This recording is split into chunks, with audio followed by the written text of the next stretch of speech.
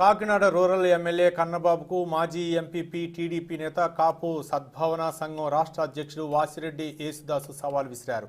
2024లో జరగబోయే అసెంబ్లీ ఎన్నికల్లో కాకినాడ రూరల్ నుండి కన్నబాబు మళ్లీ ఎమ్మెల్యేగా గెలిపిస్తే కాకినాడ రూరల్ నియోజకవర్గం కుటుంబంతో సహా వేరే నియోజకవర్గంలోకి వెళ్లిపోతానన్నారు.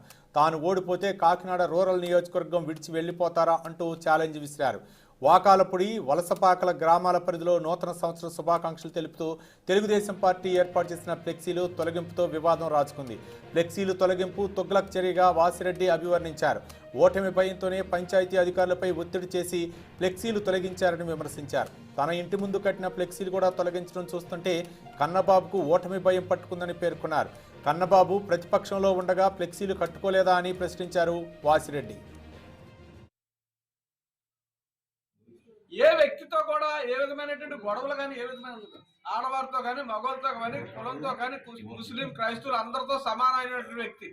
ప్రతి ఒక్కరిని కుటుంబ సభ్యులు భావిస్తారు. ఇంటికి వెళ్ళి వరుస పెట్టి పిలిచే వ్యక్తులు ఎవరైనా ఉన్నారు ఈ కాకినాడ జిల్లాలో అంటే వాసిరెడ్డి యేసుదాస్ గారు. మరి అటువంటిది వారు పుట్టి పెరిగినంత ఇదే. మేము కాకినాడ అచ్యుతాపురంలో వీళ్ళు ఎక్కడ ఎన్నైనావే. కానీ ఈ రోజు ఫ్లెక్సీలు వాసిరెడ్డి యేసుదాస్ గారు రియల్ ఎస్టేట్ జరిగింది, వ్యాపారం దగ్గర నుంచి అక్కడే రోడ్డు మీద ఇల్లు ఉంటుంది, అక్కడే ఫ్లెక్సీలు కట్టేవాళ్ళు, అక్కడే మండల ఆఫీస్, మండల ప్రెసిడెంట్ ఉన్నప్పుడు అక్కడే కాకినాడ బీచ్ ముళ్ళ తొప్పలన్నీ తీర్చిదిద్దినటువంటి ఎన్నో ఎంపీపీగా ఈ నియోజకవర్గంలో సుదీర్ఘ పనులు చేయడం జరిగింది.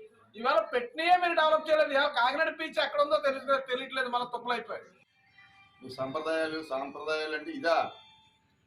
మీ ఎప్పుడైనా మీ గురించి మాట్లాడామా?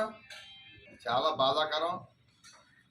ఓడిపోతున్నామని భయపడి చిన్న కుర్రోడు మీ ముందు పిల్లలు ఫ్లెక్స్లు కట్టుకున్న వాళ్ళు మొగాలన్నా చూడాలి కదా. ఎక్కడైనా ఉందా? ఎప్పుడైనా ఉందా? ఇది ఎక్కడ సాంప్రదాయం, సంస్కారాలు? చాలా తప్పు. నేను తీవ్రంగా ముమ్మాటికి చెప్తా ఉన్నాను. 5 రోజులు బట్టి ఈవో గారు బొల్లు ఏడ్చాడు. నేనే వాదార్చాను. అనే నా పరిస్థితి అగమయంలో